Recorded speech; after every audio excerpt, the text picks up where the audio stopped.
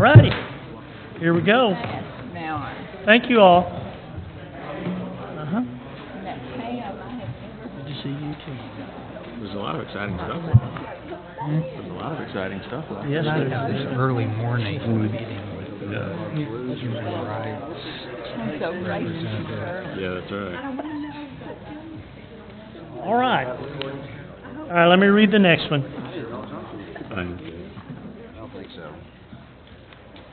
Okay. It's not that early. I don't know. All right, number 4, vacation 14-4617, 1144 North Futrell Drive, Cornerstone, an ordinance approving vacation 14-4617 submitted by Blue and Associates for property located at 1114 North Futrell Drive to vacate portions of utility easements, a total of 367.3 square feet. Kit.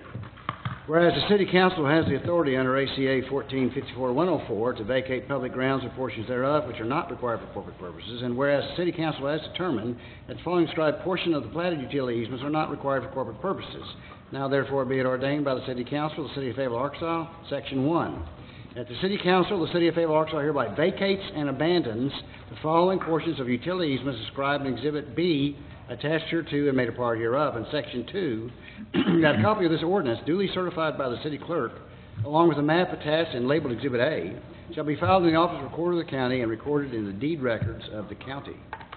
Okay. Jeremy, you have this? I do. This is an existing multifamily development at the end of Futrell Drive, north of Weddington. It contains an existing multifamily complex developed many years ago. There was a recent survey, and it discovered several portions of the existing, the current buildings occupying portions of an existing 20-foot utility easement. Those do conflict with those existing structures.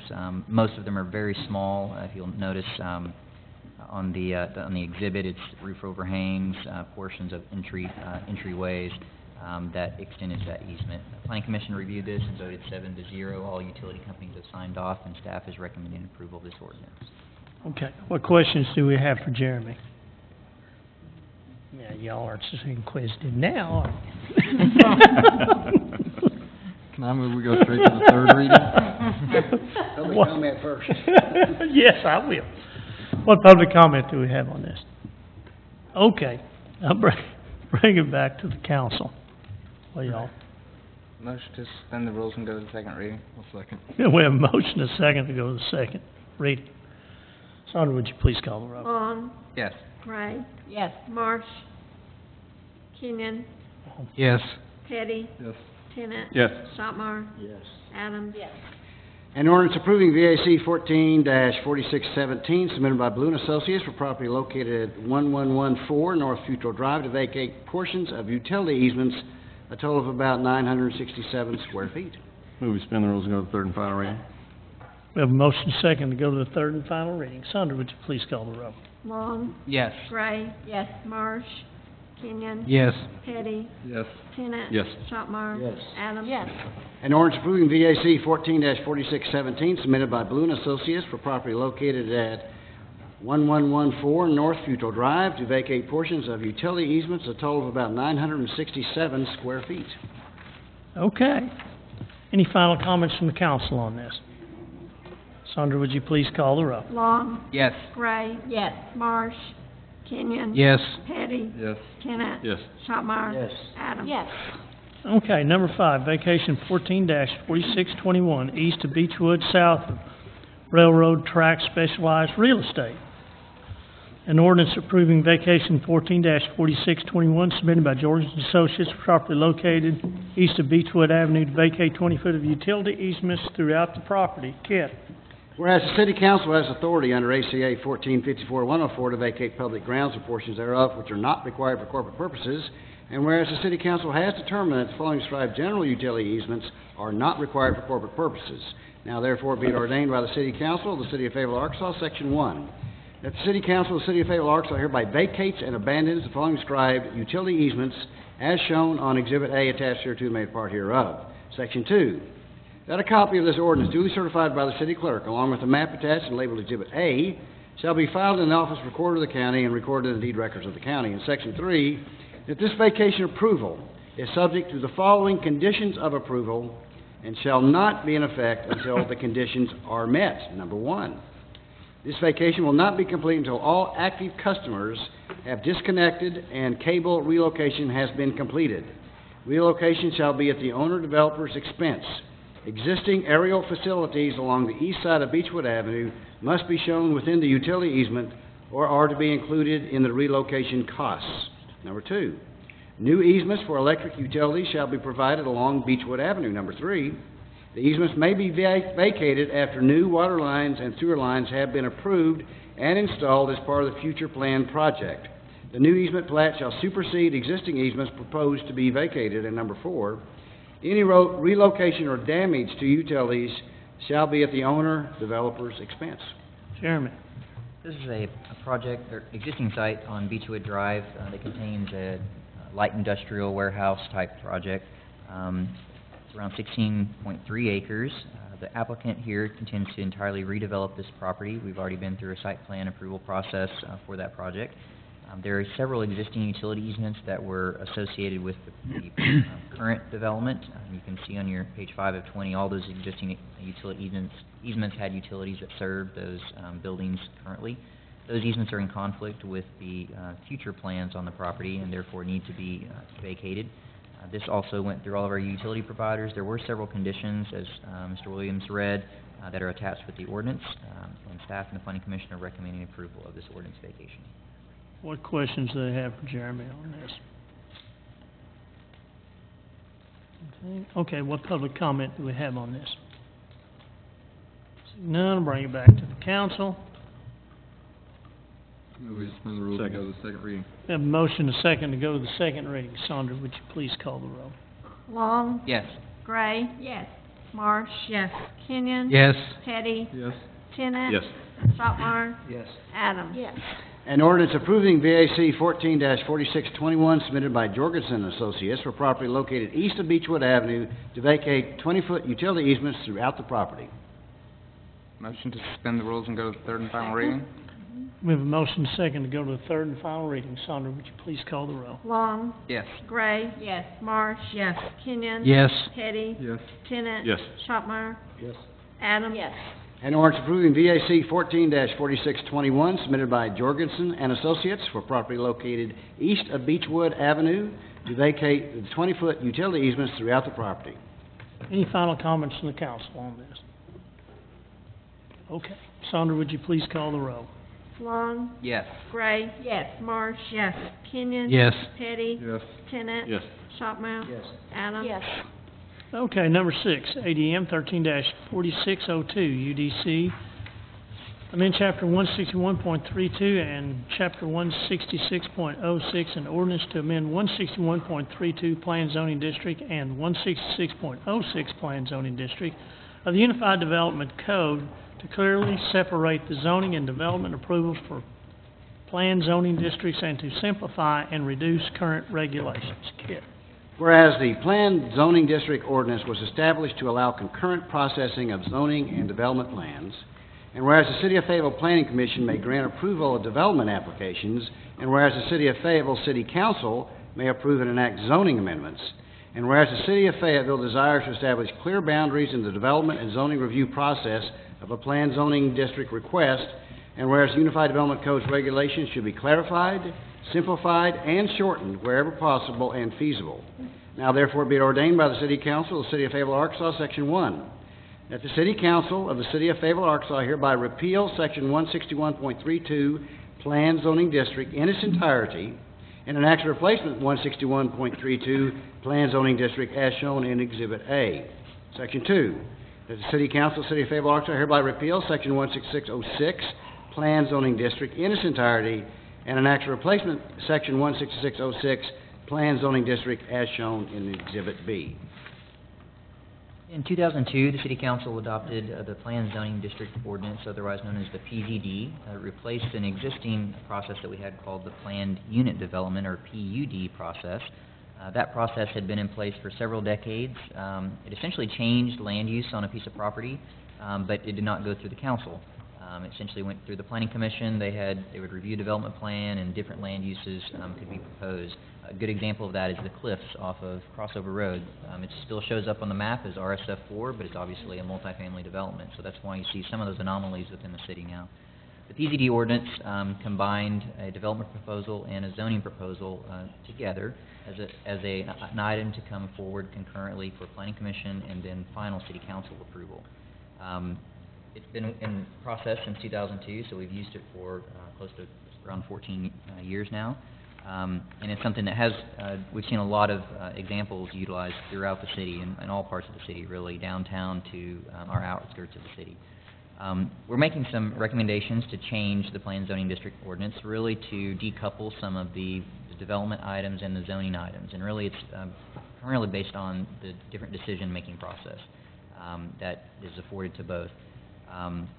As you all know, you make policy decisions, and that's what a zoning item is. It's a legislative decision. It has a different standard for review. It has a different standard on appeal. A development request is really an administrative item. We have a series of checklist items. They meet those checklists. The Planning Commission must approve that application, or the City Council on appeal must approve that application if they meet all those checklist items that we've set forth. The PZD really couples those together as a concurrent process. We're proposing to change that. I don't think the applicant will actually see much of the change. It's really procedural. But what it does is it changes the ordinance quite dramatically. It really reduces a lot of the information we have required in the ordinance. We pulled a lot of that out. It's administrative review application items that all of our other items don't have any ordinance. We simply put on the application and they fill those out. So that's one change that you'll see in the ordinance and why it's much shorter. But it also really puts together a proposal where the Planning Commission will review and make a recommendation on the zoning portion of a planned zoning district. That will be one item. Followed by that will be a development item, like a large-scale development or a preliminary plat, and they will make a decision on that. That decision will, of course, be subject to you all reviewing and approving the zoning. If the zoning doesn't get approved, then that development application is null and void, and those will be forever linked. But the decision-making process is really what we want to separate here. So that's really our the reason for this process. The council will still make the same important legislative decisions related to zoning. So, as you know, a PZD is a custom zoning district. You look at building height, you look at setbacks, you look at permitted uses, conditional uses. All of those things can still be and should still be reviewed by the council to determine the appropriateness of a zoning request based on our city plan and a number of other findings that you look at with a zoning request. A lot of this is coming out of a lawsuit in 2012 from a zoning that you all approved, and Kit maybe give a little more background on that. He did so at the agenda session. But that's one of the primary purposes for us bringing this forward, is to make sure that we're on sound legal standing with all of our ordinances. A second goal, as I mentioned very briefly, is to try to streamline some of our ordinances. This removes several pages in Chapter 161 and really tries to, in 161, which is a zoning chapter, only talk about zoning items, and in Chapter 166, to really only talk about development items. A few notable things that we're changing. We're recommending that the allowance for private streets within planned zoning districts be removed. I mentioned in the staff memo that we've had issues with those in the past. Most often the issue is that they are private streets, and several years later the residents that live on those private streets then want the city to take them over for maintenance purposes. And it really doesn't end up boding well for the city or the residents either. So we're simply recommending those be removed.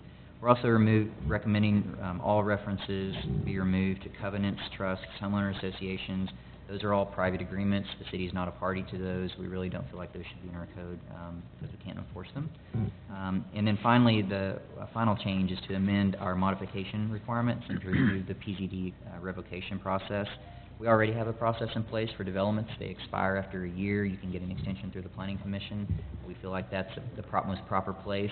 If it's a much larger master planned project that we've seen in the past, we feel like they should be held to the same standard. The zoning should not expire, though. We shouldn't have these zonings that you all make a decision on expire and then have to come back. So we really feel like that's an important thing. The development, however, could expire, so that the applicant may have to bring something back that still meets the zoning proposal that was approved. The Planning Commission has reviewed this and voted in favor. Staff is also recommending it forward to you all to approve it as well. And I don't know if Mr. Williams, if you have anything to add related to this. We work hand in hand on this particular ordinance amendment. Mr. Mayor, I would like to thank Andrew Garner, Jeremy, and Jesse Fulcher, who all worked very, very hard on this. I came to them and said that I was concerned that the City Council's zoning decision in granting a PZD might not be given the deference that it should be in court. It should be considered as a legislative action and therefore have the protection where it will not be reversed unless it's arbitrary and capricious, which, of course, you don't make those kinds of decisions. That was very helpful when our wheel clamp ordinance got challenged. It was good that it was a legislative decision and the judge granted you great discretion and deference and upheld the wheel clamp ordinance. Unfortunately, when we got into the case involving the Cleveland Street Apartments, there was some confusion, I think, at the judicial level, and there was some thought that the standard was not going to be that you were giving any deference whatsoever. It was going to be a standard of a brand-new jury trial where a jury was going to sit as if they were you and make all the decisions, even though a lot of them wouldn't even be Fayetteville residents, and none of them would have any experience in development. I knew that was not a good situation, and so after that case was over, when the university decided to buy that property and ended the case, I came to Jeremy and said, we need to look at this and make it so clear, the decision-making process divided out so clearly that there can be no mistake in the future when you all make the zoning decision to zone something at a PCD. And so I didn't realize how difficult that was going to be. There's a lot of processes, a lot of parts of the code that this affected. Planning worked very hard on that. We had many, many meetings going over this, trying to make this right for you. And basically the reason that we're doing that is because we want to make sure that when you make a decision, it's going to be upheld in court. And the same thing about the Planning Commission. If they approve a development based on your PZD, and they follow all the rules, it's going to be upheld in court. It's only when these things got mixed up, that's the only time that there was some issue about whether there was going to be the proper test used in court. And so that's why I went to Jeremy and the planning department said, we need to change this up enough to make sure that if you are ever challenged in the future on something like this, that we're going to have both guns loaded and we'll be in much better shape to defend, because we've never lost, since I've been a city attorney, never lost a rezoning case. We've been sued a few times. Usually they just give up because of the very good standard we have for the court. So that's why we did this, and I recommend that you approve it. I also am very happy that we were able to reduce by several pages the amount of UDC here that had to deal with the planned zoning districts. And we don't usually do that. We usually don't come to you reducing number of pages. So I think that's a good step. I appreciate everybody working so hard on this. I think it's important that we do adjust the code. But I do think it's a big change, and I'd like to see us, if the council doesn't mind, hold this for 2 weeks so that we can just make sure everyone understands what we're doing. If y'all want to move forward with it tonight, that's fine. I'd kind of like to see it. It's late at night, and there's no rush to get this done. We've worked on a long time, so, you know, I think that it's late, and so I certainly have no objection, and I don't think Jeremy does. Well, I'm good with Can I that. ask a question? Yes, Is ma'am. anything that, would this impact anything in your door right now, in the planning? No, okay. None at all, okay. That's right, thank you very much. So you want to just, is there any public comment on this? Okay. So we just leave it on the first reading if that's what you want to do. That's what I want to do. That would be wonderful. I think we'll be a little fresher in 2 weeks. Don't you all? Hopefully. Okay. All right, we're going to hold it right there. Now, number 7, street name change. A resolution to change the name of Arbuckle Lane to Woodward Lane. Adele, I believe this is something that... Someone asked me to bring this forward, and I don't know if that person is here tonight or not. I know that Mr. Mitchell is here, and I think he can come and speak to this, if you would. Come on up, Rick.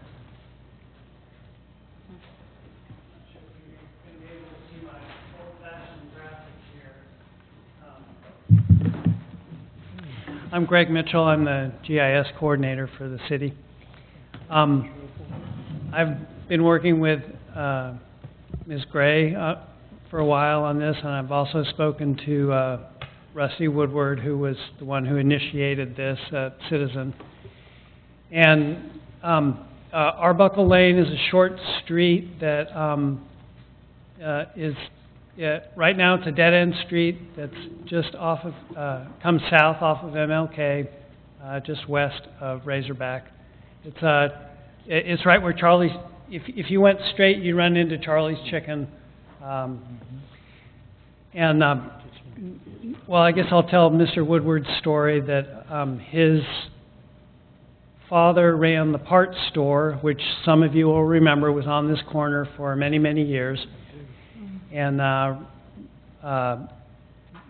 Mr. Woodward Sr. died several years ago, and Rusty asked Adela to sponsor this bill he wants to honor his father as a, part of Fayetteville history. He suggested several names, Woodward Lane, Art Store Lane. Art Store Lane, R.G. Woodward, Glenn Woodward. We have a committee made up of a member of the GIS department, the fire department, and the police department dispatchers who look at all proposed street names, both in new subdivisions and in a case like this, and advise the city council. Their advice is not binding upon you. But all of these names were rejected by the committee, most of them because they sounded too similar. In a dispatch situation, you want a very unique name where it can't be confused with an existing street name. Hart Store Lane actually was unique. They were afraid it would be confusing because if you say it's on the corner of MLK and Parts Store, they might go to the auto parts store on the corner of School. That's a different kind of confusion that they were concerned about. And just the only other item that this map is a little different than the one in your packet, because I just became aware today that the Beechwood Apartments, which you just vacated the easements on, there is a proposed connection. Arbuckle likely will continue through into that development. So I'm not, that's just a piece of further information. I don't know that So it could become a longer street. it could become a longer street. So that may or may not influence your decision, but I think also the reason that point was relevant is initially it was no one addressed on this street. right. And when this goes in and has a connection, there are potentially, what was it that you were telling us today? Approximately how many residents are planned for that? 700 units in the whole complex, I believe. That's what Quinn Thompson told me. I don't know how many on this particular Right. street. So it would have potentially some impact with new addresses on this location. I think the other item, which is a policy of the city, is as you can imagine, we might have many requests for people wanting to memorialize individuals in our city through the name of a family name, and we have typically, never honored current living individuals, so it does meet a consideration for that. But we pride the 911 dispatching emergency capabilities as a primary consideration when we do name changes. Also, where we have streets that start and stop, which happens a lot in Fayetteville, Hollywood, we can go through some of these. One of them happens to be a portion of this name within an area that has multiple locations. And that's the reason the staff didn't recommend the change. It's nothing personal to Mr. Woodward and we directed him to a council member because we knew that you typically will honor those requests as Citizens Avenue to get that as a discussion point. But we feel a responsibility on the emergency response side. Thank you. Thank you. Okay, so what do you all want to do? Well, we'll have to vote on the resolution, correct?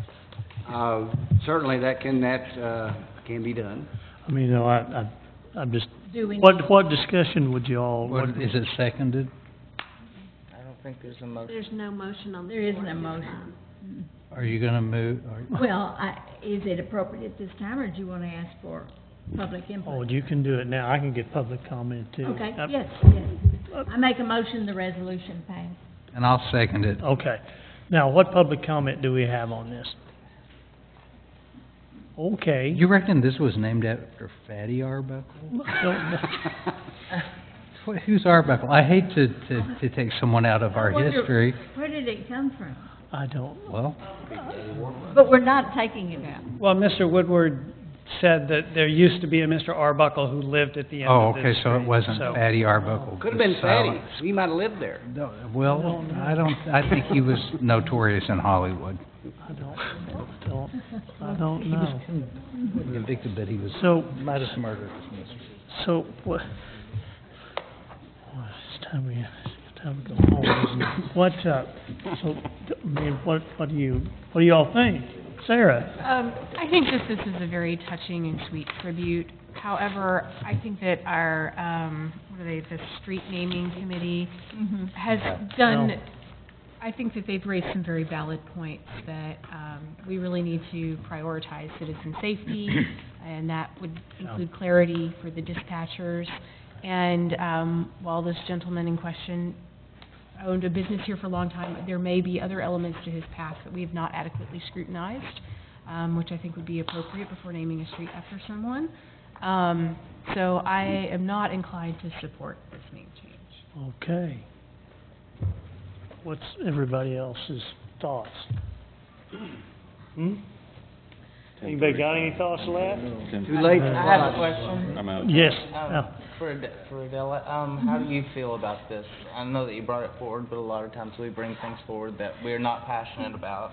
That's But right. we do it for the citizens. I just wonder how you feel about it. That's true, and I did try to discourage him because I've been in conversation with Mr. Mitchell, and we've explored many names. So I think it's fine. I think that Mr. Woodward will be certainly understanding that he tried to do what he wanted to do, and I tried to help, but it just was not a good plan. So I feel I'll be fine, and he will too. Now, there's Mr. Woodruff that contacted you, right? Right, Rusty Woodward. Well, and let me give you just a little background on this, because he contacted me, and I was, just kind of open to the idea, but when it came back from the committee that it becomes an emergency issue if you've got, like, duplicate names, then I thought, well, I've got to support the safety end of it more than just changing the name. I didn't have particularly an issue with changing the name, but the committee came back and said, well, we have, safety's top priority, so that's kind of the way I viewed it. But I did say, if a council member brings it forward, and if the council supports it, then there you go. So that's what I know. Thank you very Isn't much. much, but that's all I got. More thoughts than I have. Okay, so here we are, we have a motion and a second Yes. to change the name. Yes. Any other discussion on it? Okay. Sandra, would you please call the roll? Long, No. Gray, No. Marsh, No. Kenyon, No. Petty, No. Tennant, No. Shopmire, Adams. No. Okay. Well, Mayor, before you adjourn, I'd like to, I sent a memo out to the city council for, about First Thursday's use of the OPO, patio area, which, they have a right to lease that unless the city council objects, by passing a resolution to that. I didn't think there'd be any objection, but since our next meeting will be just one day before, or 2 days before the first Thursday, wanted to just confirm here that, no one is intending to ask me to write a resolution to reject the use of First Thursday's use of the OPO patio area. Okay, thank you. Okay. Mayor, I have a couple of announcements, Well, and in sure. light of tonight's conversation, one very important meeting, the Arkansas Highway and Transportation Department is having a public meeting Thursday, March the 20th, that's this week, between the hours of 4 p.m. and 7 p.m. at Asbel Elementary, which is located at 1500 North Sang Avenue. And the topic of discussion is the Weddington and the MLK I-540 interchange redesign. So, based on the comments that were made tonight about the challenges in both of these areas, we encourage citizens to participate and attend those meetings. We also have our first spring ward cleanups taking place. So citizens can mark their calendar. The first is this Saturday, March the 22nd, and the two locations will be Owl Creek School, which is at 375 North Lupel Road, and the Recycling and Trash Collection Facility at 1560 South Happy Hollow Road. If you want to mark the date so that you can plan neighborhood cleanups or students who might be moving out when the spring semester ends, the other dates will be April the 5th, April the 19th, and May the 3rd. Yes, sir. I just wanted to let Councilmember know that this was from the citizen, Michael Brown, about Community Village. He had another handout, which there's only one copy of, which I've given to Adela, but we can now pass around. And I would suggest to Mr. Brown to email this information to the clerk for distribution to the council. That would be a more effective way to get it out. Thank you. All right, anything else? Thank you all, very good work tonight. All right, we're adjourned.